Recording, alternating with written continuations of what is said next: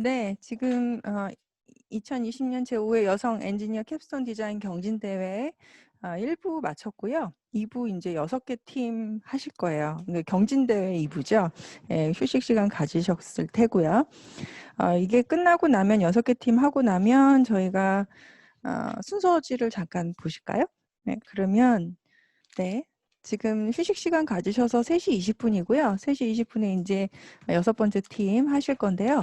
이거 끝나고 나면 저희가 6팀 다 끝나고 나면 한 4시 50분, 5시 금방 해서 저희가 설문조사, 인기상 투표를 그때 시작하도록 하겠습니다. 그리고 마감은 아마도 리더 육성 워크숍을 들으시는 도중에 이제 마감을 할 것 같거든요. 그러니까 여러분들 이거 캡스톤 디자인 발표 끝났다고 그냥 나는 그냥 켜놓고 안 들으시면 안 되고요. 뒷부분에 그런 순서도 워크숍 순서도 좋은 발표자들 분들로 준비되어 있으니 그렇게 생각하시고 이제 2부 순서 시작하도록 하겠습니다. 자, 2부 첫 번째 순서는요. 저희 학교네요. 예, 개성 넘치는 나만의 캐리어 이은규 학생 한라대 발표 준비되시면 시작하시면 되겠습니다. 네, 안녕하세요. 이번에 발표를 하게 된 한라대학교 전기전자공학과 2학년 이은규라고 합니다. 저희 지도 교수님은 한경인 교수님이시고 저희가 이번에 하려는 것은 캐리어 전면부에 LED를 부착하여서 개성 넘치는 나만의 캐리어를 만들고자 하였습니다. 다음은 저희 목차입니다. 우선 저희가 연구하게 된 배경과 시장조사 및 특허조사에 대해 살펴본 후 제품에 대한 소비 대상자들의 생각은 어떠한지 그리고 설문조사를 하고 그에 따른 연구 목표를 세우고 제작 순서 및 일정을 살펴보도록 하겠습니다. 그리고 부품과 설계 과정 및 제작 과정 그리고 시제품에 대해 말씀드린 후 이 과정들의 시행착오 및 보완점을 마지막으로 발표를 진행하도록 하겠습니다. 우선 연구 배경부터 살펴보도록 하겠습니다. 저희가 무엇을 주제로 설계할지에 대해서 회의해본 결과 여행이라는 주제가 나왔습니다.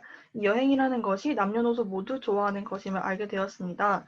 그러던 도중에 우연히 이러한 사진들을 발견하게 되었습니다.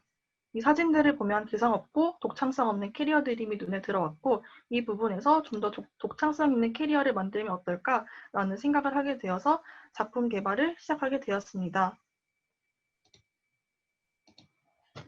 그러던 중 LED 키보드, 자전거, 영화 속 소품, LED를 활용한 안내판과 각종 인테리어들을 착안하여 LED 캐리어를 만들게 되었습니다. 다음으로 시장조사 및 특허조사를 살펴보도록 하겠습니다. 먼저 첫 번째로 조사한 것은 책상으로 변신하는 캐리어이고 두 번째로는 킥보드처럼 밀고 타는 캐리어를 조사해 보았습니다. 다음으로 특허 조사를 해보았습니다. 저희가 조사하던 중 비슷한 것을 찾아서 확인해 보니 회로속힌용 캐리어였습니다. 따라서 저희가 하려는 LED 캐리어와는 용도가 전혀 상관없는 캐리어임을 확인하였고 이후 계속해서 저희가 하려던 작업을 진행할 수 있었습니다. 그리고 본격적으로 설계하기 앞서서 소비 대상자들은 LED 캐리어에 대해서 어떻게 생각하는지 설문조사를 진행하였습니다. 먼저 개인의 취향을 반영한 새로운 디자인의 캐리어 선택 여부 조사와 스마트폰에 의한 제어에 대한 선호도 조사를 해보았을 때 각각 82.6% 그리고 65.2%가 긍정적인 반응을 보여주셨습니다. 다음으로는 LED 점등을 위해 사용하는 전원에 대한 선호도 조사를 해보았을 때 A 방법인 자체 전력이 모터를 사용하여서 전압을 생산한 후 LED에 전력을 공급하는 방법과 B 방법인 건전지를 사용하여서 가만히 있을 때도 작동이 가능한 방법을 설문조사를 해보았을 때 A 방법이 B 방법보다 좀 더 우세한 결과를 보였습니다.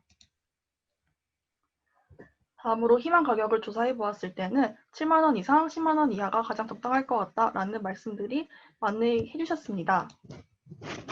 앞서 보여드린 설문조사는 모두 네이버 폼을 통하여서 온라인으로 설문조사를 실시하였습니다. 조사 대상 선정 방법은 평소 여행을 좋아하거나 관심 있어 하는 사람들 위주로 권유를 하였고 성별 같은 경우에는 남성이 좀 더 많은 수치를 보였고 그 중에서 20대가 82.6%로 가장 높은 수치임을 확인할 수 있었습니다. 앞서 설문조사를 받을 때 소비 대상자들에게 피드백 또한도 받았습니다. 먼저 첫 번째로 받은 피드백은 LED 동작 시 발생되는 발열이 우려된다. 다음으로는 캐리어 전면부에 LED가 부착되다 보니까 LED 파손이 우려된다. 그리고 무게가 좀 가벼웠으면 좋겠고 수납 기능이 좋았으면 좋겠다. 바퀴와 모터를 결합하여서 바퀴가 회전할 때 배터리에 충전이 가능하게 하는 부가적인 기능이 있었으면 좋겠다. 캐리어의 보조 배터리를 결합하여서 배터리 기능이 좀 더 향상되었으면 좋겠다라는 의견을 주셨습니다. 앞서 보여드린 설문에서 A 방법이 우세하였지만 B 방법을 선택하게 되었습니다.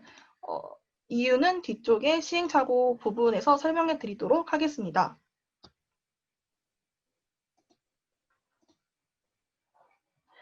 저희는 받은 피드백에 따른 작품 정의 및 연구 목표를 세웠습니다. 먼저 아두이노를 사용하여서 LED를 제어하고 이것을 앱과 블루투스와 연동시켜서 캐리어 전면부에 부착하여서 어플을 이용한 나만의 디자인을 할 수 있는 캐리어를 만들고자 하였습니다.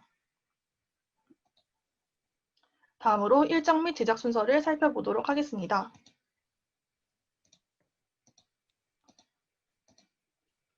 3월부터 개강을 시작하여서 3월까지 설문조사, 특허조사, 키워드 선정을 하였고 아이디어를 구상하는 데 많은 시간이 소모되었습니다. 그리고 코로나로 인하여 원활한 진행이 좀 어려웠습니다. 그리고 5월에서 8월까지 진행 방향을 정하고 실험을 진행하게 되었습니다. 다음으로는 제작 과정, 부품, 설계 과정을 살펴보도록 하겠습니다.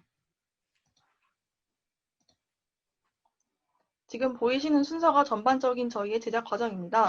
우선 IC를 활용하고 원래는 200개의 LED를 사용하려고 하였으나 너무 많을 것 같다라는 의견을 수렴하여서 100개의 LED로 축소하였습니다. 그리고 아두이노를 이용하여서 LED를 제어하고 앱 인벤터를 이용하여서 앱과 블루투스를 개발하였습니다. 이 리스트는 저희가 구매한 부품 리스트입니다. 주재료는 RGB LED, 건전지, 그리고 브레드보드입니다. 다음은 저희가 설계한 코딩입니다. 아두이노와 블루투스 통신을 위한 코딩과 값 지정을 위해 미한 전역 변수 설정, BT 시리얼 리드가 1비트만 읽는 문제점을 해결하기 위해 str 밸류 함수를 사용했습니다. 예를 들어서 저희가 단순히 값을 12로 주면 BT 시리얼 리드는 1비트만 읽어 12의 값을 받지 못했었습니다. 이를 해결하기 위해서 1비트씩 읽는 것을 저장한 뒤 조합하여서 반환하는 함수를 사용한 것이 str 밸류 함수입니다.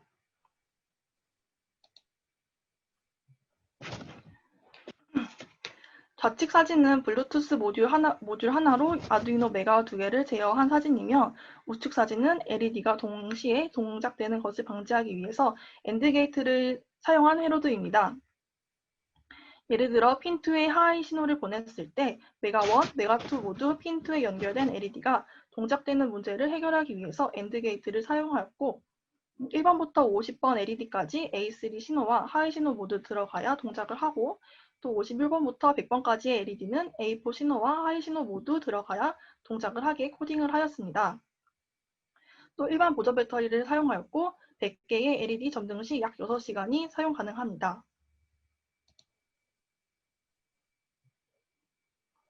이 화면은 앱 인벤터 코딩 화면이며 앱에서 버튼 1을 누를 시 그에 할당된 값을 블루투스 통신을 통하여서 아두이노로 통신하여 그에 맞는 동작을 하게 하는 코딩입니다.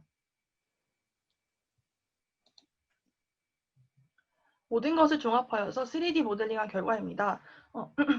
텍스트가 적혀있는 전면부에 LED를 배치하도록 하였고 회로와 배터리가 이 화면에서 보이지 않는 이유는 건전지가 캐리어 내부에 존재하기 때문에 보이지 않습니다.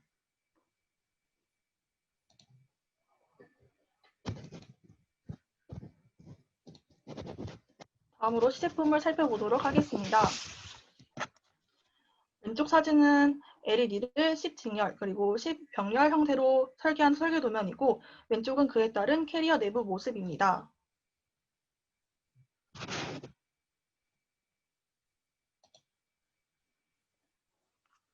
그리고 이 사진 같은 경우에는 앱 인벤터를 활용한 휴대폰의 화면이고 오른쪽은 캐리어 전면부의 사진입니다.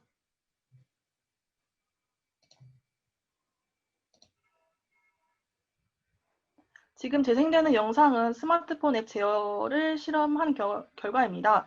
보시다시피 스마트폰을 터치하는 대로 LED가 작동되는 것을 확인하실 수 있고 스마트폰 앱 제어 실험을 구현하여서 확인해 보았습니다.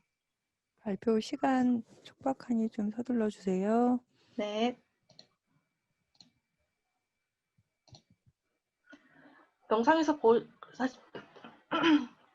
영상에서 보시다시피 화면 내 앱에 있는 LED 번호를 터치할 경우 그대로 유지되는 것을 확인할 수 있으며 예를 들어 한라대 H 모양으로 터치할 경우 그 모양대로 유지되어서 디자인할 수 있습니다.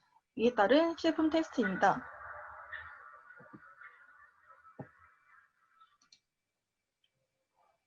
다음으로 시행착오 및 보안 사항을 살펴보도록 하겠습니다. 앞선 설문조사 내용에서 A 방법을 사용하지 않고 B 방법을 사용한 이유에 대해 설명해 드리자면 원래 설문조사의 내용대로 A 방법으로 제작을 하려고 하였으나 바퀴와 모터의 결합이 되지 않아서 모터로 구동하는 A 방법이 아닌 배터리를 이용하는 B 방법으로 작품을 제작하였습니다. 추가적으로 모터를 이용한 발전량을 계산해 본 결과 이와 같고 2시간을 운행했을 때 LED를 2분 정도 사용할 수 있다는 결과가 나왔습니다.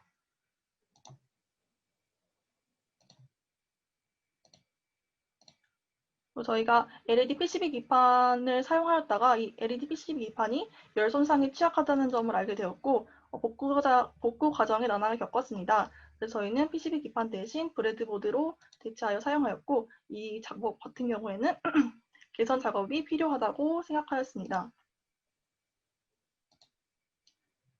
다음으로 보안 및 수정 사항입니다.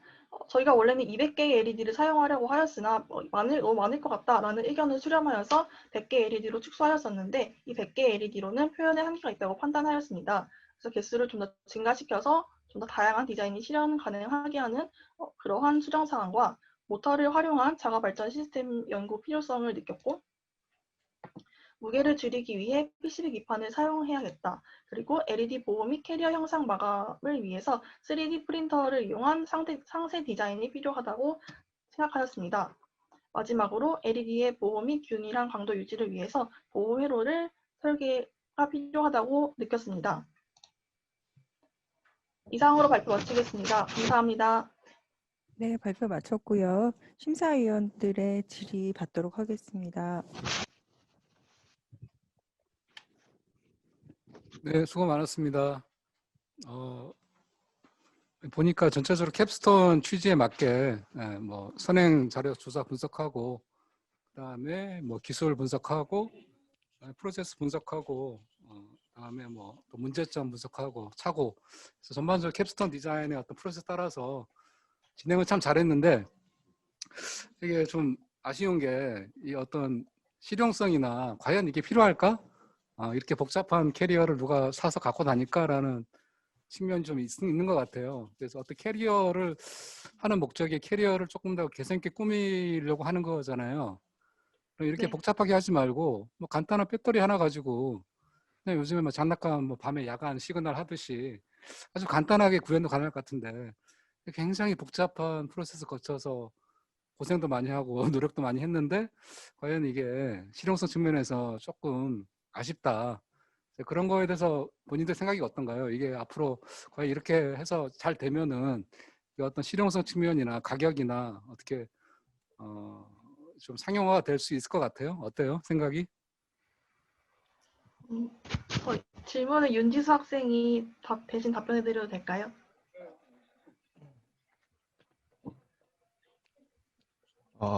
안녕하세요. 일단 실용성 측면에 대해서 아쉽다고 하셨는데, 이게 과연 쓰일 수 있을까라는 생각을 하게 되면은, 일단 현재 무엇보다도 지금 제 생각에는 남의 눈치를 안 보고 누구보다도 자신의 개성을 꾸밀 수 있는 독창성이 맞다고 생각이 되는데, 그래가지고 이 제품을 만들면은 누구보다 쉽게 신의 캐리어가 어떤 것인지 찾을 수 있을까라고 생각을 해서 실용성 측면에서는 떨어질 수 있다고 생각은 하나, 그렇지만 누구보다도 자신의 개성을 독특하게 표현할 수 있는 방법이 아닐까라는 생각이 듭니다.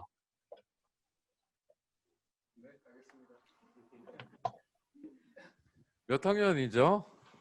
현재 지금 3학년입니다. 아, 3학년이에요. 네, 그렇구나. 캡스톤 디자인 취지는 아주 잘 맞췄어요. 선행기술 조사 같은 거 정말 잘했거든요. 근데 선행기술 감사합니다. 조사 그다음에 서베이 했을 때 네, 발열을 어떻게 할 거냐 문제다라고 얘기하셨죠. 네, 그거 해결해 줘야 돼요. 그 부분에 대해서 우리 어떻게 하겠다라는 얘기들이 좀 보충이 돼야 되고 그죠? 네, 그다음에 배터리를 안 쓰기로 했으면 그걸 네, 위한 노력이 보여줘야 되는데 안 됩니다. 그러고 포기해 버렸거든요. 그죠? 그래서 이제 네, 3학년이니까 내년에 아마 졸업하려면 캡스톤 디자인 해야지 졸업하죠. 보통 그죠? 네, 어, 맞습니다. 서베이를 왜 하냐 하면 거기에 대한 요구 사항들, 고객의 요구죠. VOC를 맞춰줘야 되거든요.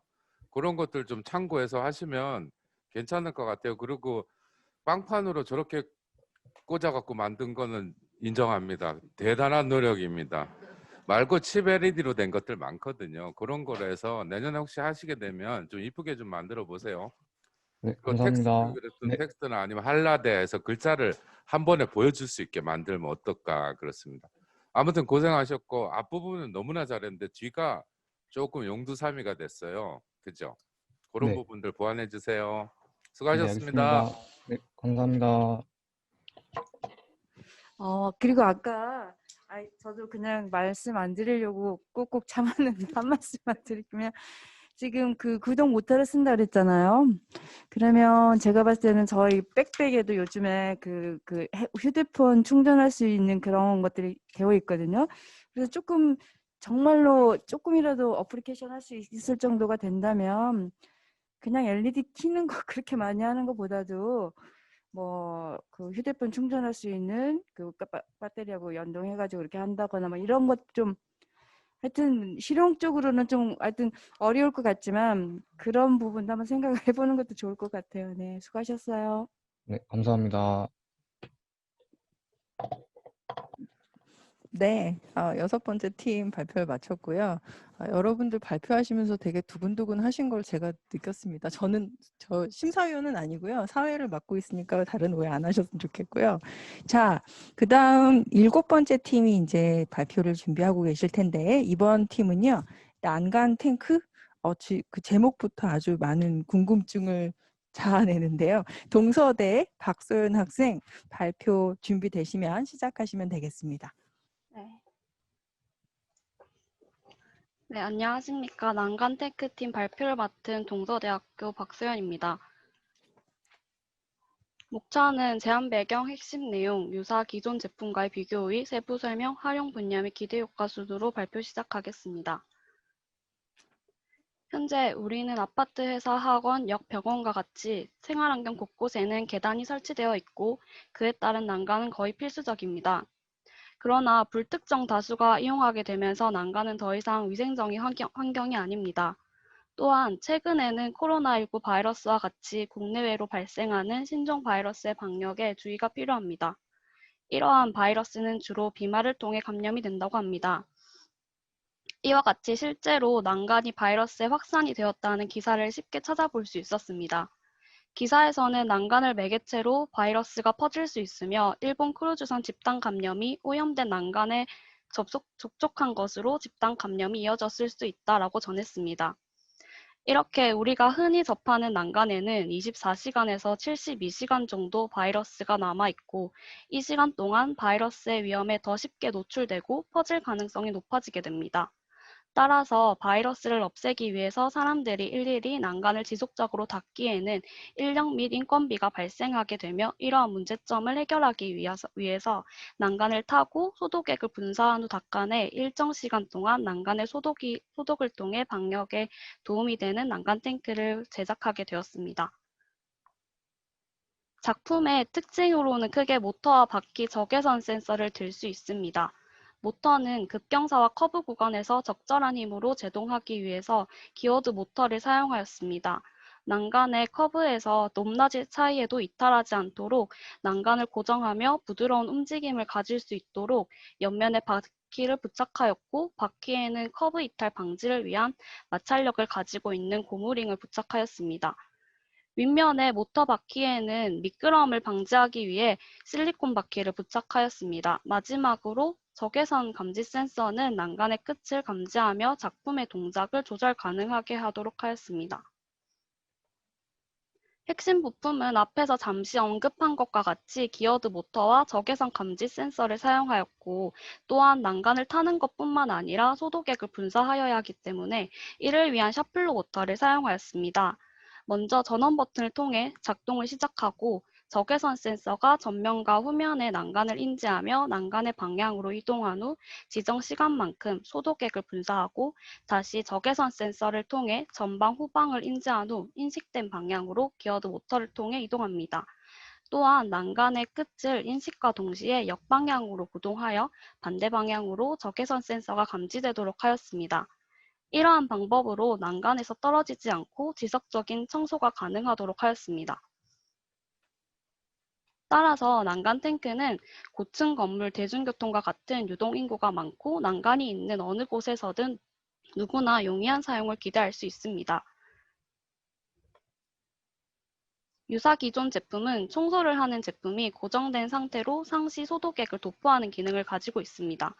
핸드레일이 움직이므로 핸드레일에 부착되어 단순한 외형으로도 난간의 청소가 가능합니다. 그에 반면 난간 탱크는 계단 난간을 따라 직선과 곡선 구분 없이 오르내린 모터 운동이 가능하고 워터펌프를 부착하므로 일정 간격 소독액을 분사하거나 천의 습도에 따라 소독의 조절이 가능합니다. 또한 적외선 금적 감지 센서로 난간의 처음과 끝을 감지하여 정지와 시작이 가능합니다. 작품의 디자인은 여러 제작 과정을 통해 난간의 경사와 커브에도 떨어지지 않고 부드럽게 구동될 수 있도록 디자인을 여러 번 수정했습니다. 난간의 고정 방식을 고려해 처음에는 옆면에 부착하려고 했던 모터를 윗면으로 바꾸면서 마지막과 같은 작품을 설계하였습니다. 일반적으로 경사가 15도 정도만 되어도 4륜차에 구동이 어렵습니다. 하지만 보통의 계단의 난간은 저희가 걸어다니는 보도보다 급격한 경사를 가집니다. 저희가 제작한 난간의 경사는 23도, 커브는 40도로 가파른 경사를 가지고 있습니다. 이러한 급격한 경사에서도 난간 탱크를 구동하기 위하여 힘의 원동력이 되는 모터는 기어드 모터로 선정하였습니다. 난간을 최대한 매끄럽고 일정한 속도로 오르기 위해서 모터의 감속비와 회전수의 차이를 두어 가장 적합한 감속 기어 모터 IG-22CGM 모터를 선정하였습니다. 난간의 끝을 알고 난간 탱크의 구동을 멈추기 위해 작품의 전방과 후방 양쪽에 적외선 금적 감지 센서 모듈을 부착하였으며, 작품의 난간의 끝에 다다랐을 때 모터가 역방향으로 구동되면서 다시 난간의 시작점으로 돌아갈 수 있도록 프로그래밍을 함으로써 난간에서 벗어나지 않고 청소를 하는 모습을 볼 수 있습니다. 또한 난간을 청소하는 데 필요한 소독액을 도포하기 위해서 워터펌프인 샤플로 모터를 사용하였습니다. 알코올을 난간에 도포하는 방법으로 청소솔의 하단에 온도 습도 감지 센서를 부착함으로써 청소솔의 습도에 따라 알코올을 도포하는 방법은 짧은 난간에서 관측하기에 다소 시간이 걸리므로 빠른 관측을 위해 일정 시간 간격으로 알코올을 도포하는 방법으로 난간 탱크를 제작하였습니다. 다음은 ORCAD로 설계한 제작 캐로더입니다. 3V 전원을 5V 컨버터로 전환하여 아두이노에 공급을 합니다. 모터 드라이버에 모터를 구동하기 위한 12V를 공급하고 기어드 모터와 샤플로 워터 펌프를 연결하여 모터를 구동할 수 있게 하였습니다. 추가적으로 적외선 센서를 부착하였습니다. 다음은 작품 구동 영상입니다. 작품의 외관입니다. 작품 내부에 부품을 배치하여 좀 높은 외관을 가지고 있습니다.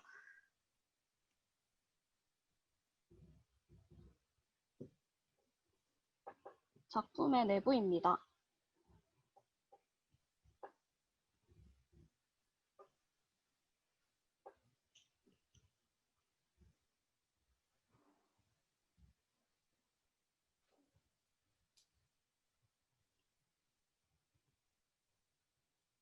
난간 상단 올라가는 모습입니다.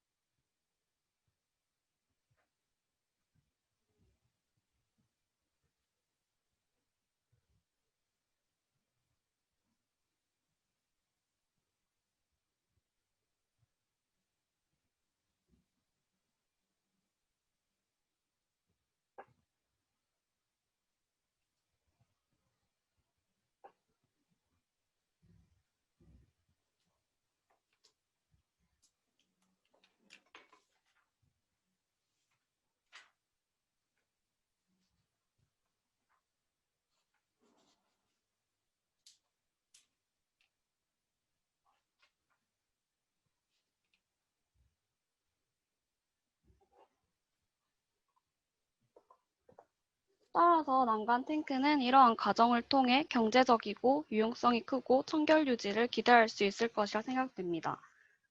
감사합니다. 네, 잘 맞춰주신 거 잘 봤고요. 심사위원분들의 질의응답 받도록 하겠습니다.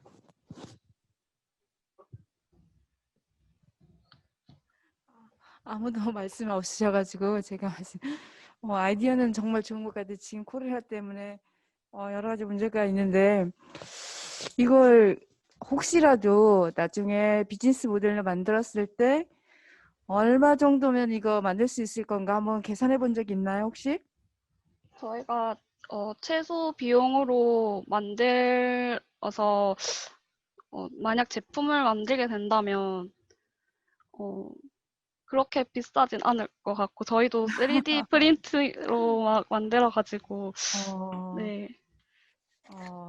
그러니까 지금 청소하시는 분들이 너무 힘드니까 이런 식으로 대처해가지고 뭐 아이디어 나름대로 개성이 있는 것 같아요. 그래서 실질적으로 제가 생각할 때는 제품화 한다면 뭐 그렇게 좋을 것 같아요. 어느 정도는 사는 사람도 있을 거고 실용화가 된다면 특허는 혹시 내놓으셨나요? 아직 저희가 그 특허 조사까지는 했는데 특허 준비하고 있습니다. 아직. 네. 그래요? 네.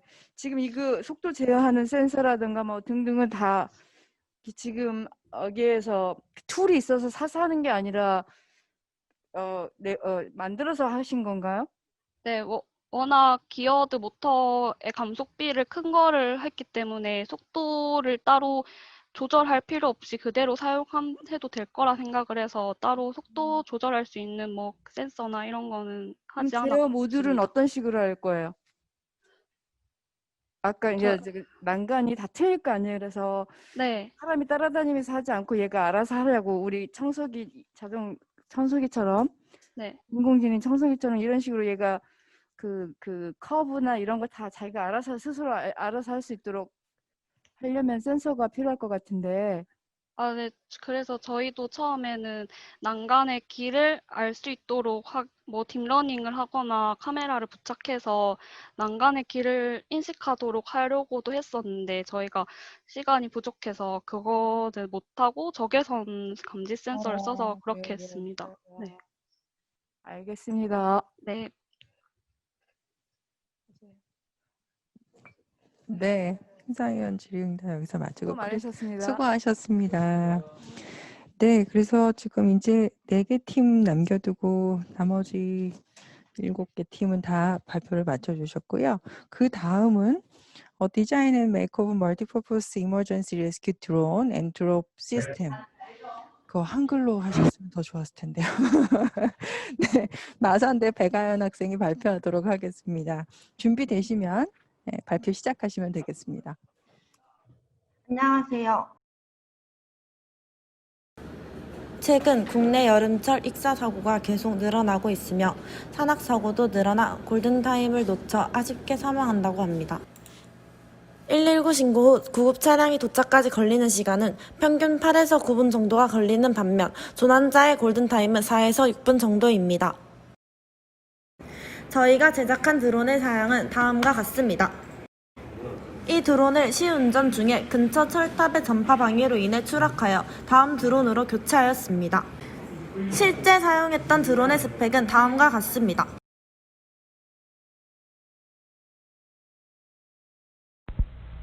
다음은 로봇팔 사양입니다. 주 제어기로는 아두이노 우노를 사용하였고 서버모터는 PWM 방식의 서버모터를 사용하였습니다. 그리고 서버모터 2개를 사용해 이 자유도 방식을 사용했습니다. 로봇팔의 총 무게는 584g입니다. 그 외 기타 장치로는 드론에 달린 카메라를 통해 휴대폰으로 확인할 수 있습니다. 또 드론에 달린 스피커와 마이크를 통해 조난자와 대화를 할 수 있습니다. 블록도는 다음과 같습니다.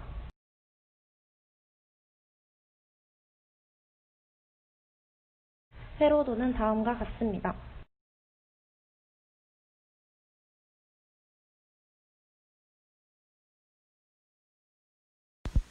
제작 과정을 설명드리겠습니다. 먼저 드론의 프레임 위에 배터리와 연결할 케이블을 납땜을 한 후 프레임과 스키드를 결합합니다. 드론에 수신기를 부착하고 조종기와 수신기를 바인딩합니다. FC를 부착하고 각 모터에 연결된 ESC를 FC에 연결합니다. FC란 플라이트 컨트롤러의 약자로 드론의 핵심적인 기능으로 비행 통제 장치, 모터 회전, 균형 제어를 담당합니다. ESC란 정기적으로 모터의 회전 방향과 속도를 제어해주는 장치입니다. GPS를 단단히 고정합니다. 모든 연결이 끝났다면 기체가 비행에도 움직이지 않게 선들과 기타 센서들을 한 번 더 고정시킵니다. 다음으로는 로봇팔의 제작 과정입니다. 로봇팔에 부착할 서브모터의 0점을 조절합니다. 그리퍼와 서브모터를 연결합니다. 그 후 서브모터와 암을 연결합니다. 암과 연결한 서브모터를 아두이노 코딩 후 테스트해봅니다. 테스트 후 그리퍼의 서브모터도 같이 연결하여 전체적인 테스트를 합니다. 아두이노 스케치 소스입니다.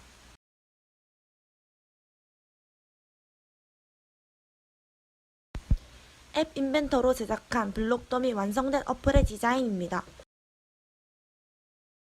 다음은 동작 테스트 영상입니다.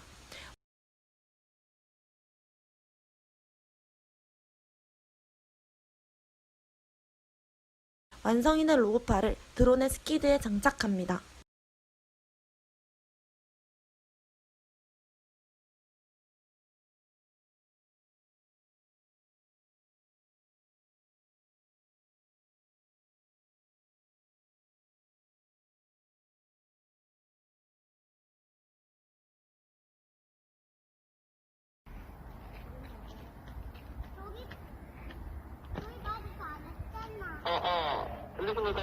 들리십니까?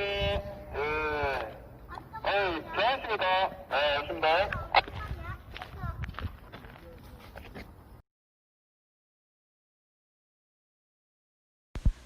드론을 비행하기 전에 캘리브레이션을 해줍니다.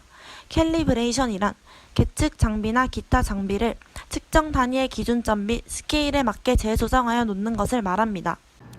수평 캘리브레이션은 드론을 다음과 같이 들고 반시계 방향으로 노란색 LED가 초록색 LED로 바뀔 때까지 드론을 중심으로 돌아줍니다. 수직 캘리브레이션은 드론의 LED가 하늘을 바라보게 든 다음 수평 캘리브레이션과 같은 방법으로 돌아줍니다.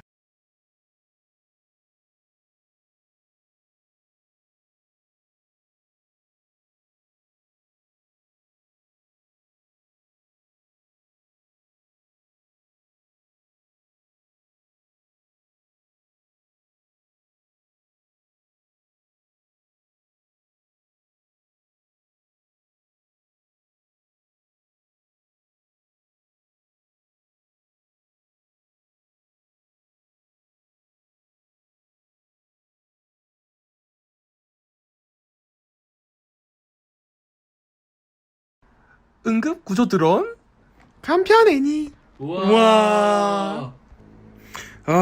김사장님 뭐 잡히는겨? 내는 미치겠네. 뭐 아무것도 없네. 야, 이거 올 때 됐는데 왜 이리 안 오니? 진짜. 있는 것 같은데. 저- 그다. 뭐야? 왔다. 으차. 아유, 죽네. 아유, 죽네. 주사님. 시끄러워. 아니 잠깐 기다려보세요. 119 전화번호 오더라. 여보세요. 사람이 빠졌어요. 사람이. 빨리 오세요. 빨리. 달랄랄랄라. 여보세요. 야 사람이 빠졌다니까 사람이. 네, 갑니다. 알려주세요. 출동.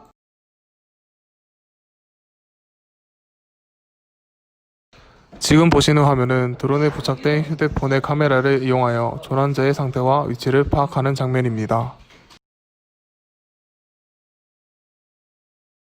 도와! 다른 용도로 사용된다면? 응급 드론 외에 로보팔에 현수막을 부착하여 이벤트성으로도 활용이 가능하다는 것을 보여주는 영상입니다. 또 영상에는 없지만 택배 및 음식 배달에도 활용할 수 있습니다.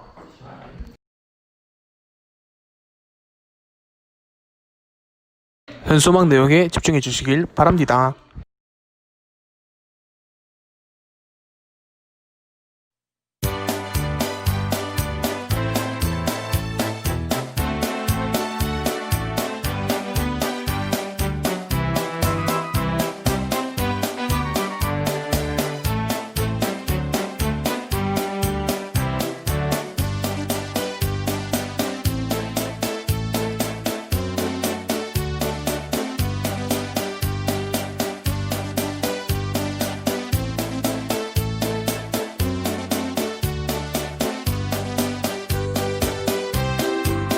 NG 장면 바로 키.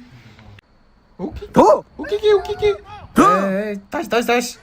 에이, 똑바로. 에이, 오키키. 아, 안 돼. 오키키. 아, 좀 더. 좀 더. 아이씨. 응원하는데 뭘? 안 해. 머리 쫙 넘겨주고. 자, 일로 와보셈. 의자. 아하이씨. 자, 의자. 어림없지. 바로 간다. 장난치지 마세요. 아이, 빨리 내려서 빨리. 이제 그만.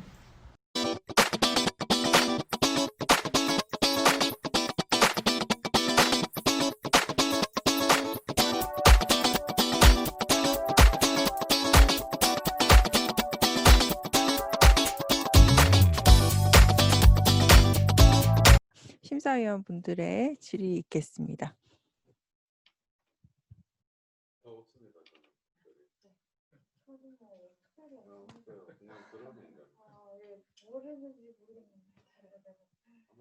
예, 제가 뭐 한마디 하자면은 뭐 굉장히 고생도 많이 하고 또 영상도 재밌게 만들고 다 좋은데 이게 전달력이 많이 부족한 것 같아요. 좀 너무 산만하고 전달력이 좀 부족한 것 같고, 그리고 특별하게 드론을 이용한 하나의 어떤 어플리케이션인데 어플리케이션 말고 특별하게 뭔가 새로운 게 없는 것 같아요. 예, 새로운 게. 드론으로 조난자 위치 확인하고 물건 전달하고, 물론 이제 구현하느라 고생은 많이 했는데 기존의 어떤 드론의 목적을 벗어난 어떤 새로운 게 좀 없어서 좀 아쉬웠다라는 생각이 들고, 본인들이 기존 드론의 어떤 용도에서 뭐 내세울 만한 게 뭐예요? 내세울 만한 거. 이거는 좀 차별화된다. 이건 없다. 어떤 거라 생각해요? 본인들이 내세울 만한 그 작품의 어떤 창의성이 뭐가 있나라고 한번 얘기 한번 해볼래요?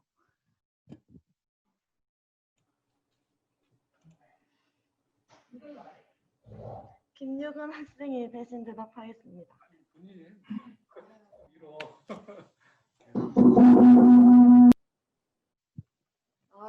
끝난 거 아니죠? 김유근 학생이 대답한대. 한대요? 대답한대요? 한번 들어봅시다. 네, 들리십니까? 네, 들려. 저희가 직접 좀 차별화된 게 저희가 일부러 로보팔에 사용하는 이제 로보팔에서 스피커 끊어서 그래. 스피커 끊어서 그래. 안 들려요? 니 하면 된다고. 우리 저거 스피커. 들립니다. 잘 들려요. 잘 들립니다. 네. 네.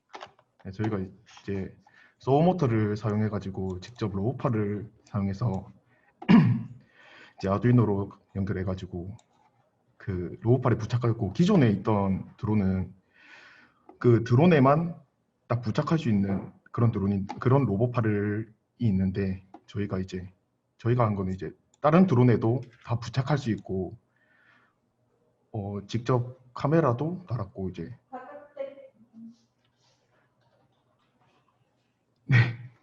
네네, 알겠습니다. 어, 무슨 얘기하는지. 네. 네.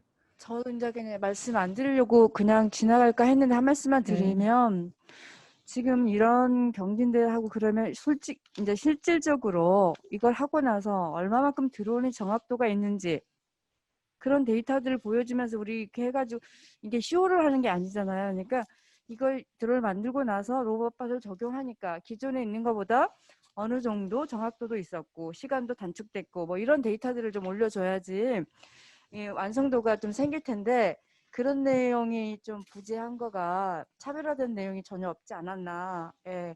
추후에 할 때는 좀 나름대로 애를 썼던 로봇팔을 가지고 했다고 하는데 실질적으로 그런 거에 대한 내용이 보이지가 않아요. 그리고 그거에 대한 실험을 했으면 그거에 대한 데이터를 갖다가 좀 분석해가지고 그 분석 자료가 좀 올라왔으면 좋았을 텐데 그게 없었다고 아쉬운 점을 말씀드리고 싶습니다. 수고하셨습니다. 네, 감사합니다. 네.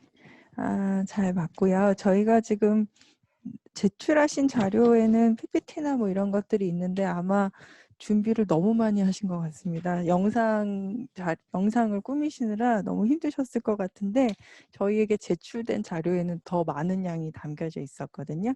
예, 그런 부분들 말씀을 좀 제가 드리고요. 자, 그러면 그 다음 이제 세 팀만 남겨두고 있습니다.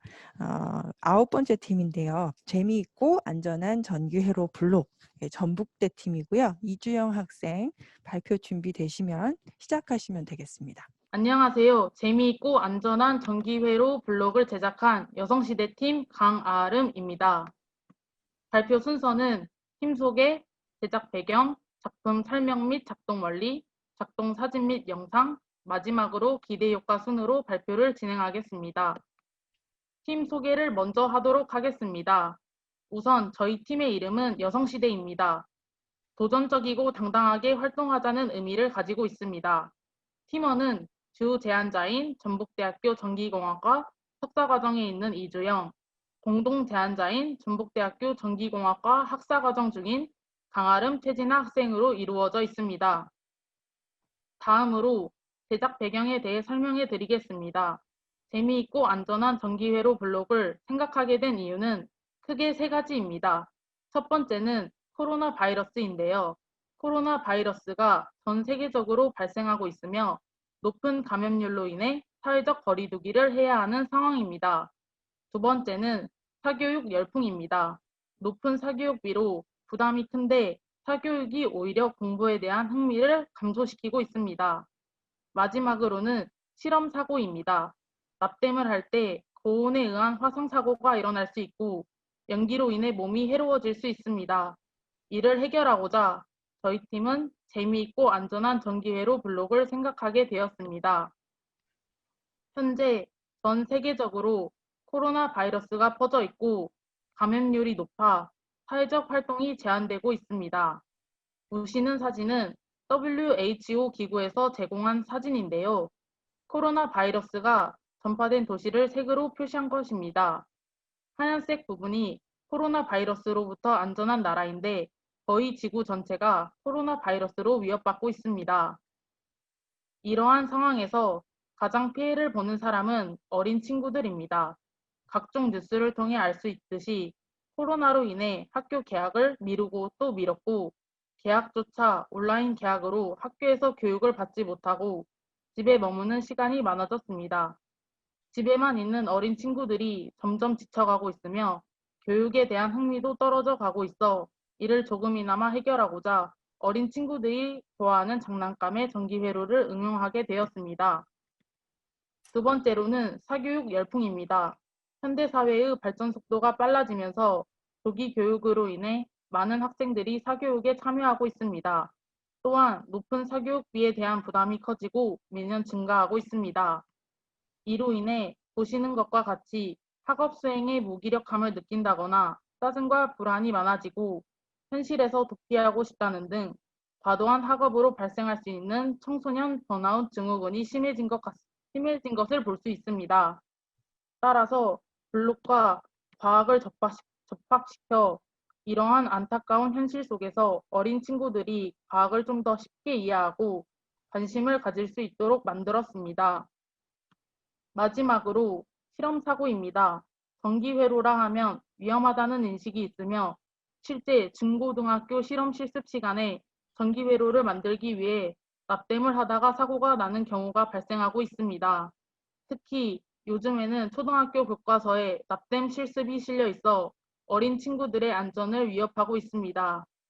저희는 어린 친구들이 안전사고 없이 전기회로를 구성할 수 있게 전기회로 블록 제작을 생각하였습니다. 정리를 하면 놀이를 통해 과학을 학습하며 과학에 대한 흥미를 유발시켜 공부에 지치지 않게 도와줄 수 있으며 코로나19로부터 안전하게 집에서 놀이하며 기존 블록과 다른 전기적 특성이 있는 장난감을 가지고 놈으로써 색다른 재미를 줄 수 있고 납땜 시 고온에 의한 화상사고를 예방하여 안전하게 전기회로를 구성할 수 있는 전기회로 블록을 제안하게 되었습니다. 저희가 제안한 전기회로 블록의 설계도입니다. 일반 블록과 비슷한 모양이지만 전기회로가 추가된 블록입니다. 순서대로 블록의 밑판, 블록의 극성, 밑판의 전기회로, 전체 블록, 블록의 밑면, 블록 내부의 그림입니다. 블록의 밑판은 플러스 극과 마이너스 극으로 연결되어 있으며 브레드보드의 역할을 하게 됩니다. 플러스 극은 위로는 볼록하게 아래는 오목하게 만들어졌으며 마이너스 극은 위로는 오목하게 아래로는 볼록하게 만들어 LED와 같은 극성이 있는 소자가 포함되어 있는 블록을 연결할 때 극성이 바뀌어 연결되는 것을 방지하였습니다. 블록은 고리선을 포함하고 있어 회로의 점프선 역할을 하며 소자와 밑판을 연결시켜 전류를 흐르게 해줍니다. 예시처럼 발광 소자나 전기적 특성을 가진 소자를 원하는 위치에 꽂으면 회로가 완성되어 전류가 흘러 소자가 작동하게 됩니다. 이 사진은 저희가 직접 만든 전기회로 블록과 일반 블록을 비교한 사진입니다. 시중에 판매하는 블록을 가지고 만들어서 완제품이 아니므로 양해 부탁드립니다. 왼쪽 사진은 일반적인 블록의 윗면이며 오른쪽 사진은 전기회로 블록의 윗면입니다. 왼쪽 사진은 일반적인 블록의 밑면이며 오른쪽 사진은 전기회로 블록의 밑면입니다. 왼쪽 사진은 일반적인 블록의 밑판이며 오른쪽 사진은 전기회로 블록의 밑판입니다. 다음은 직접 제작한 전기회로 블록을 시연한 영상입니다. 전원 역할인 건전지를 꼽으면 블록에서 빛이 나오는 것을 볼 수 있습니다. 마찬가지로 건전지를 꼽으면 헬리콥터가 돌아가고 소방차 사이렌이 울리는 것을 확인할 수 있습니다. 마지막으로 기대 효과에 대해 발표하겠습니다. 처음으로는 창의력과 사고력의 증가입니다. 블록이나 동작 소자가 달린 블록을 추가하여 여러 가지 형태의 회로가 구성될 수 있고 다양한 방식을 통해서 블록 쌓기가 가능합니다. 따라서 아이들이 원리를 이해하고 직접 생각하여 블록을 제작하기 때문에 사고력을 키울 수 있고 창의력이 풍부해질 수 있습니다. 두 번째로는 과학에 대한 흥미 증가입니다. 단순히 블록놀이를 함으로써 촉각 발달뿐만 아니라 다양한 색의 블록과 발광소자, 동작소자로 인해 시각도 발달할 수 있으며 아이들의 호기심을 유발할 수 있습니다. 따라서 시각적인 효과를 통해서 전기에 대한 과학적인 원리를 이해하게 된다면 재미를 느끼면서 자연스럽게 학습할 수 있으며 과학에 대한 흥미를 증가시킬 수 있습니다. 세 번째는 전기회로를 쉽고 안전하게 이용할 수 있습니다. 회로를 구성하기 위해 납땜을 하지 않아도 되기 때문에 고온에 의한 사고를 예방할 수 있습니다. 또한 전기회로 블록은 아이들이 만져도 다치지 않도록 제작되어 있으므로 안전한 놀이가 가능합니다. 마지막으로 취미생활로 이용할 수 있습니다. 현대인들의 삶이 각박해지면서 어릴 적 감성으로 돌아가 심리적 안정과 스트레스 해소를 위해 레고와 같은 장난감을 취미생활로 선택하고 이를 키덜트족이라고 부릅니다. 키덜트족은 블록에서 빛이 나오는 등 블록의 색다른 매력에 빠져 취미생활을 더욱 즐겁게 할 수 있습니다. 또한 일반 블록과 다르게 회로를 생각하며 만들기 때문에 블록을 만든 후 성취감을 더 느낄 수 있습니다. 이로 인해 폭넓은 마니아층을 겨냥할 수 있습니다. 이상으로 발표를 마치겠습니다. 감사합니다. 네, 발표 잘 마무리해 주셨고요. 심사위원분들의 질의 있겠습니다. 네, 질문이라기보다 코멘트 한 2개 하자면 선행기술 지금 대학원생이 팀장이죠, 그죠? 네, 네, 선행기술 유사한 기술 있는 거 아시죠? 조사 안 해봤죠? 저희 스피커가 안 좋아서 질의응답은 이주영 학생이 하겠습니다. 그러세요. 네. 잘 들리는데.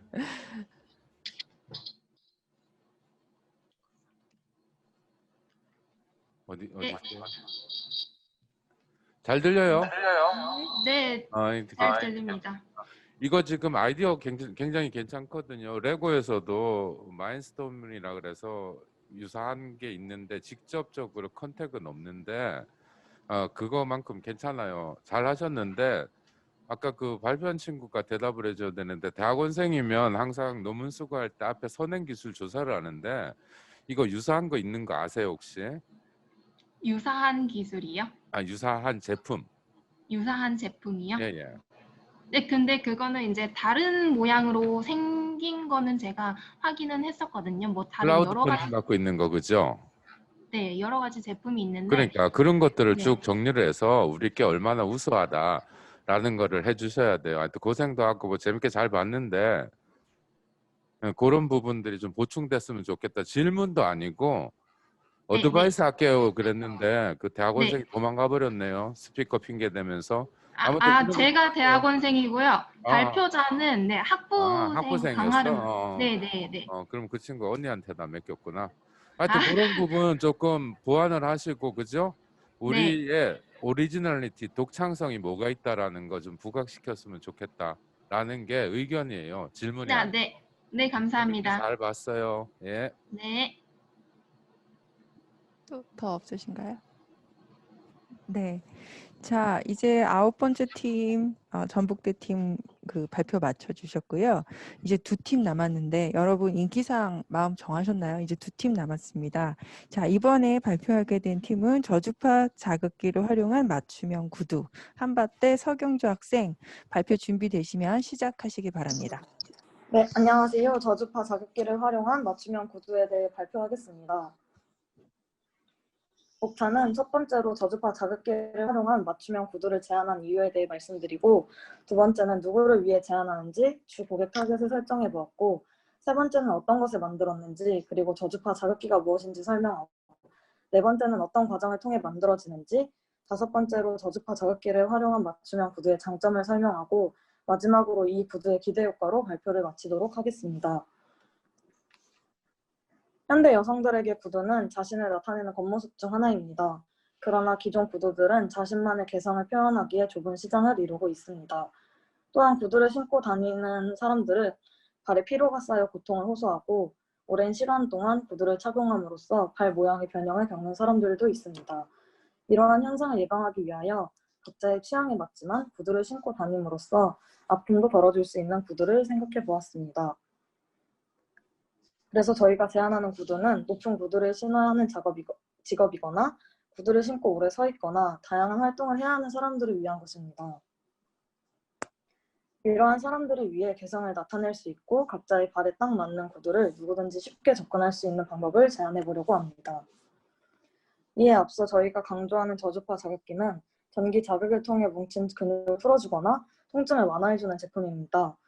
저주파 자극기에는 EMS와 TENS 방식이 있는데 EMS는 근육에 직접 전기 자극을 줘 근육의 수축과 이완을 유도하고 뭉친 근육을 풀어주는 방식입니다. 반면 TENS는 신경에 자극을 줘 통증을 완화하는 데 초점을 두는 방식입니다. 저희가 활용하는 저주파 자극기는 EMS 방식으로 볼 수 있는데요. EMS는 근육 피로 개선, 근력 향상 등 근육 마사지 및 재활에 방점을 둔 기기입니다. 피부 바로 아래 근육층에 전기 에너지를 흘려보내 근육의 수축과 이완을 촉진하고 뭉친 근육을 풀어주고 근육통을 완화해주는 역할을 합니다. 왼쪽에 보이는 사진이 EMS 방식을 활용한 저주파 자극기의 대표적인 예라고 보실 수 있습니다. 시중에서 쉽게 구할 수 있으며 사용 방식 또한 간편한 것이 특징입니다. 오른쪽에 보이는 사진은 TNS 방식으로 보통 정형외과 같은 곳에서 물리치료를 받으실 때 보실 수 있는 예입니다. 지금부터는 맞춤형 구두를 제작하는 순서에 대해 설명해 보려고 합니다. 각자의 스마트폰에 저주파 자극기를 활용한 맞춤형 구두 앱을 설치합니다. 앱을 실행시키면 개인 정보에 대한 작성이 이루어집니다. 키와 몸무게 등 인적 사항에 대해 작성한 후 다음으로 넘어가면 3D 스캔을 할 수 있는 카메라가 실행이 됩니다. 3D 스캐너 역할을 하는 핸드폰 카메라를 활용하여 자신의 발을 꼼꼼히 스캔합니다. 가격의 종류와 색을 고를 수 있는 재질을 선택한 후에 원하는 구두의 형태를 선택합니다. 그 다음은 평소에 아팠던 부위나 안 좋다고 느꼈던 몸의 부위에 위치한 곳을 선택하고 구두를 신고 걸어 다닌 후 통증이 많이 느껴지는 곳을 선택합니다. 이것을 고려하여 각 사람마다 다른 발의 압력 분포를 고려하게 됩니다. 보통의 맞춤 신발들은 매장에 방문하여 스캐너라는 것을 활용해 요래 분포로 발의 압력을 확인합니다. 그러나 방문하지 않고 최대한의 맞춤형 서비스가 되기 위해 위와 같은 시스템을 포함하였습니다. 지금까지의 사항들을 저장하면 완료가 됩니다. 저장된 파일을 모델링합니다. 고객이 선택한 구두의 기본 형태에 고객의 발에 맞는 모양의 깔창을 3D 프린터를 활용하여 출력합니다. 기본 뼈대에 고객이 원하는 재질을 입히고 패킹하면 배송할 수 있는 준비가 완료가 됩니다. 위의 사진은 맞춤 구두의 구조도입니다. 1번의 위치에 저주파 자극기 관련 기계가 삽입될 것입니다. 핸드폰과 연결하여 앱으로 저주파를 켜고 끄고 강도를 조절할 수 있는 형식이기 때문에 그와 관련된 기계가 들어가는 위치입니다. 2번은 굽의 상세 사진으로 3D 프린팅으로 출력한 굽입니다. 굽을 디자인할 때 내구성을 위해 육각형 모양을 도입하였고 TPU 소재를 사용하여 튼튼하지만 충격 완화가 가능한 재료를 사용하였습니다. 3번 사진은 저주파 자극기 역시 충전 형식이기 때문에 충전을 할 수 있는 잭 부분이 위치해 있습니다. 마지막으로 저주파 발생기가 4번 사진과 같은 모양으로 깔창 부분에 포함이 되어 있어 원하는 부위에 다양하게 자극을 줄 수 있는 형식입니다. 저주파 자극기를 활용한 맞춤형 구두의 장점은 매장에 방문하지 않아도 된다는 점과 항상 지니고 있는 스마트폰 하나로 맞춤형 구두를 제작할 수 있다는 것이 있습니다. 또한 어디서든지 구두를 신고 다니다가 스마트폰의 앱으로 쉽게 저주파 자극기를 사용할 수 있다는 점이 있습니다.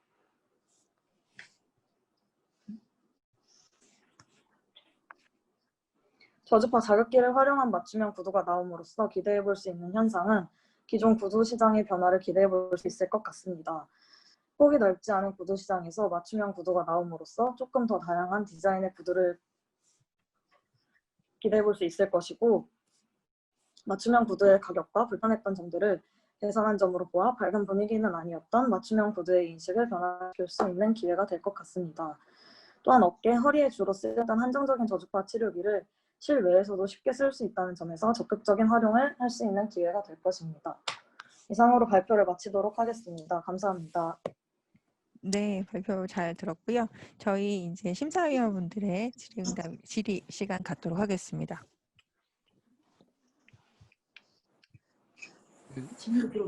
예, 직접 뭐 제작한 작품이 없나요? 제작한 작품, 뭐 시연이나 뭐 작품. 네, 아직 없습니다.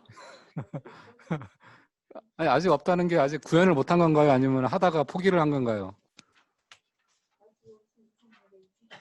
모델링은 했는데 아직 저희가 프린팅 출력을 못한 상태입니다. 아, 그냥 이제 모델링만 한 상태다. 네네.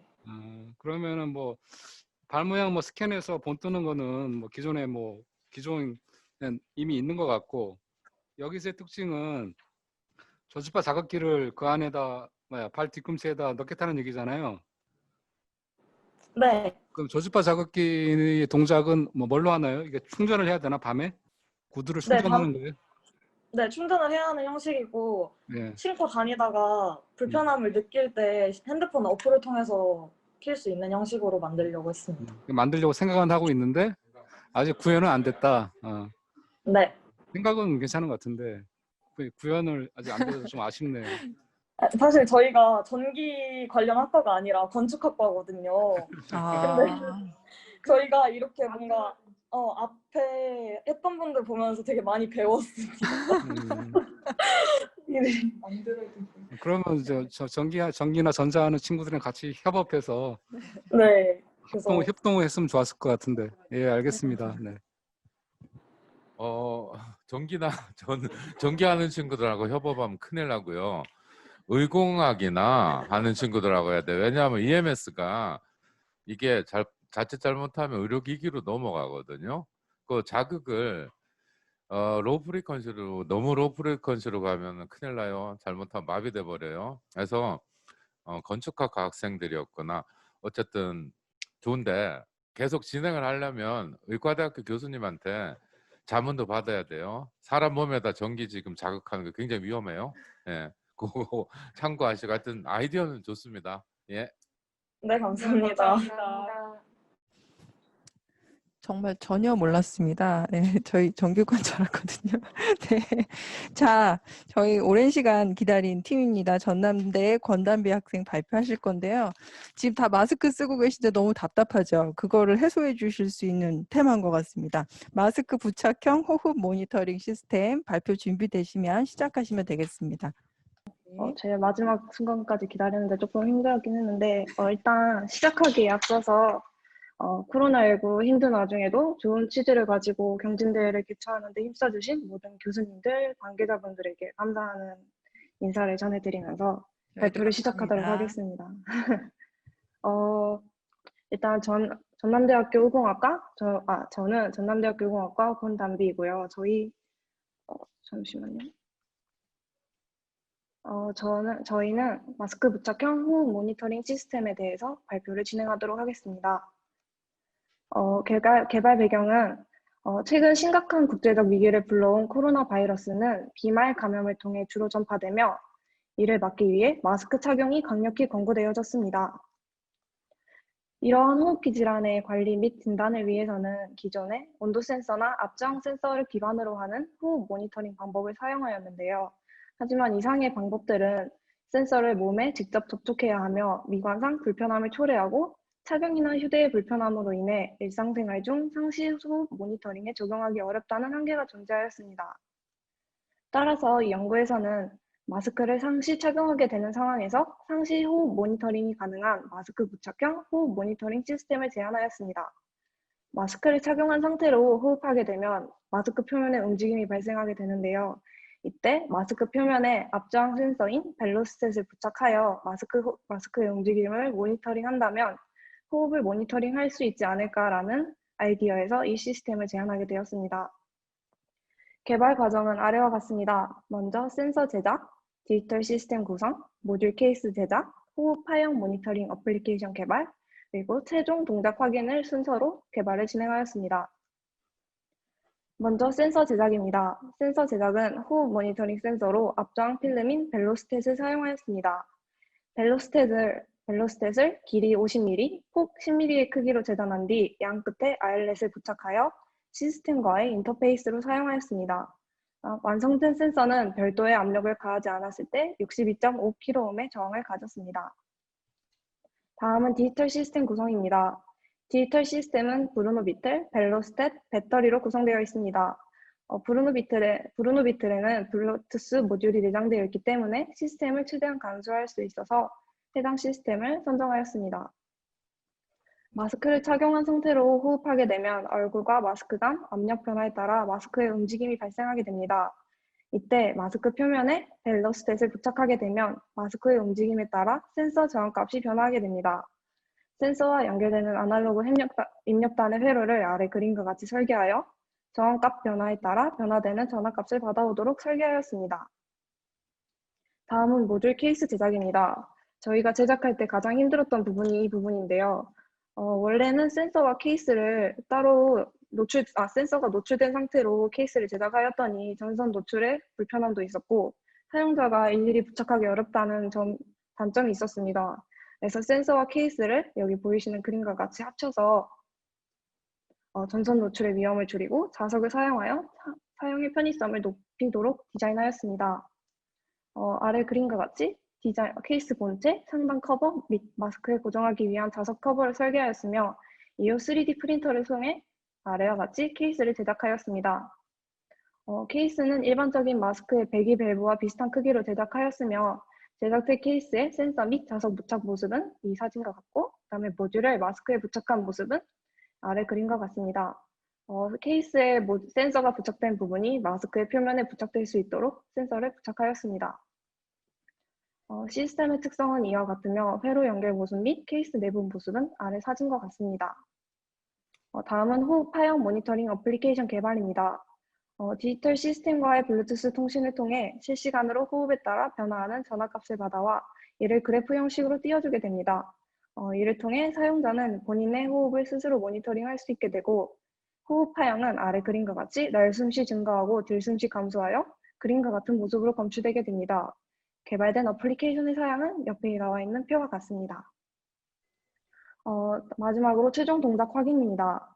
개발된 마스크 부착형 호흡 모니터링 시스템과 어플리케이션의 동작 확인 결과 아래 그림과 같이 들숨과 날숨의 파형이 명확히 구분됨을 확인하였습니다. 따라서 이로써 마스크 부착형 호흡 모니터링 시스템의 개발을 완료하였습니다. 동작 모습은 이와 같습니다. 사용자가 본인의 호흡 파형을 실시간으로 확인할 수 있는 것을 확인할 수 있었습니다.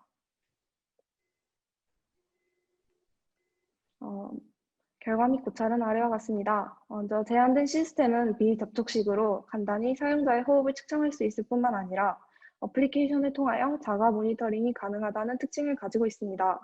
이는 마스크를 상시 착용하게 되는 상황에서 센서 착용의 번거로움 없이 호흡 모니터링이 가능하여 사용자의 편의성과 활동성을 크게 향상시킬 수 있었습니다. 마지막으로 기대 효과는 아래와 같습니다. 호흡기 전염병 및 미세먼지 등 마스크 착용이 증가하는 사회적 수요와 맞물려 일상생활 중 호흡 모니터링의 실질적인 활용을 기대할 수 있습니다. 따라서 기존 일상 중 호흡 상시 모니터링 및 자가진단 기술을 찾아보기 힘들다는 것을 고려할 때 제한된 기술은 일상 호흡 모니터링 분야의 새로운 기술이라고 할 수 있습니다. 마스크는 질병의 전파를 방지하고 예방하기 위한 효과적인 수단으로 마스크 착용이 필수화되는 상황에서 이를 활용하여 호흡을 모니터링하는 것은 질병의 예방과 관리라는 측면을 동시에 만족할 수 있는 장점을 가지고 있다 할 수 있습니다. 이상으로 발표를 마치겠습니다. 감사합니다. 네, 전남대 권단비 학생의 발표 마쳤고요. 심사위원의 질의 있겠습니다. 지금 이거 웹을 만들었나요? 어플리케이션 말하시는 건가요? 네네네. 네, 제작하였습니다. 그러면 그거 웹 해가지고 마스크를 가지고 있는 IP 추적해서 여러 사람도 같이 사용할 수 있도록 만들어진 웹이에요. 웹은 누가 만들었어요? 웹은 제가 만들었고요. 교수님과 상의를 만들었다고요? 통해서 제작하였습니다. 그래요? 근데 거기에서 추가적으로 지금 거기서 웹에서 나오는 데이터가 웹이 아니라 어플리케이션 말하시는 건가요? 웹, 앱. 앱을 만들었다고? 네네.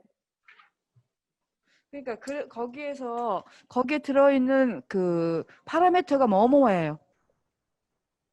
파라미터를 지금은 호흡 파형만 보여주는 거기 때문에 센서 값 그것만 정도 될 수 있을 것 같아요. 네네.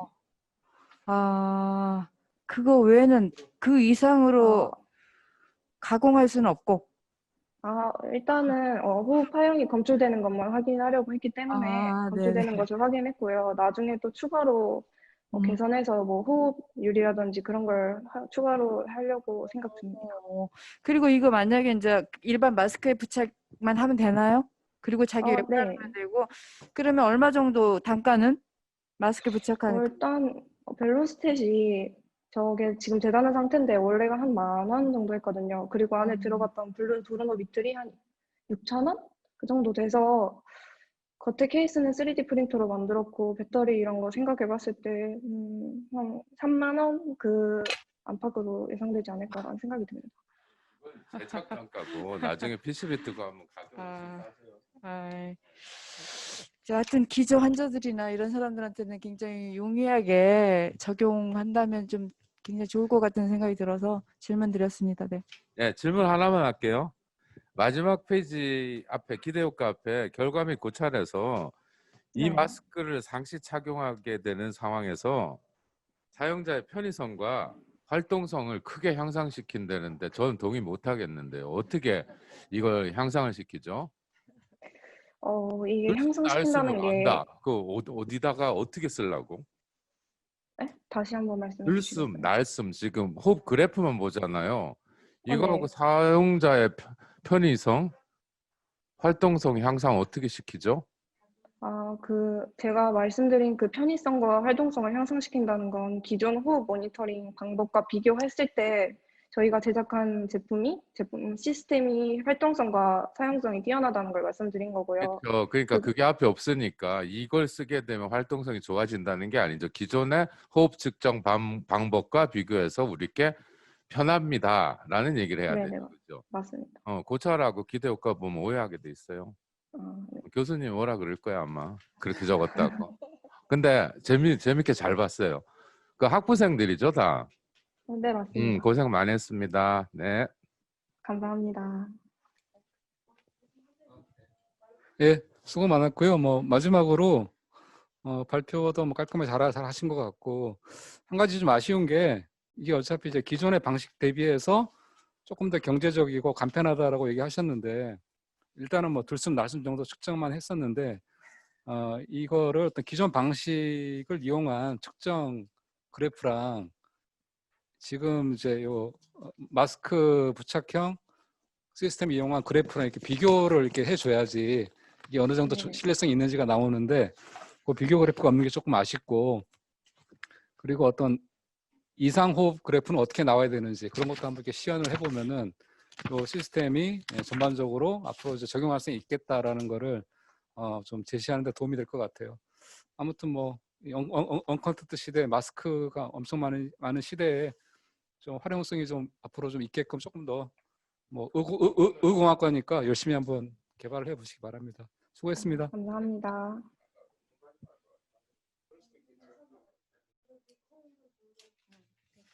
수고하셨습니다. 네. 뭔가 숨겨놓으신 것 같다고 그러시는데요. 소중한 데이터를. 네. 지도 교수님 누구시죠? 앞에 신앙식 교수님. 네. 자, 이제 마음 졸이실 순서는 다 끝나셨고요. 여러분들 덕분에 저희가 생각보다 빨리 끝났는데 저희 그 예상대로라면 저희 그 인기상을 투표할 시간을 그 저희 리더 육성 워크숍의 첫 번째 순서 시간까지 갖도록 했는데, 현재 시간이 4시 38분이기 때문에 저희 휴식 시간 5시까지 갖는 동안만 인기상 선정해 주시면 좋을 것 같습니다. 그래서 예상은 저희가 5시 20분까지 인기상 설문 요거로 완성해 주시기를 말씀을 드렸지만, 휴식 시간 안에 5시까지 완료해 주시면 여러분의 선택을 반영하여 인기상을 선출하도록 하겠습니다. 그리고 편안하게 이제 정말 중요한 시간이 남았죠. 우리가 어느 정도 수준으로 평가받았는가 이런 거를 이제 시상을 해야 되는데요. 그때까지 이제 편안한 마음으로 그냥 계실 수 없으니 저희가 코로나 시대에 우리 학생들한테 정말 필요하다고 생각되는 주제에 그 강연을 해주실 연사분들 2분을 모셨습니다. 2분의 연설이 지금 20분 이렇게 해서 길지 않거든요. 그걸 들으시면서 시상식 기다리시면 될 것 같고, 지금은 설문지 작성해 주시면서 5시까지 휴식 시간 갖도록 하겠습니다. 수고하셨습니다.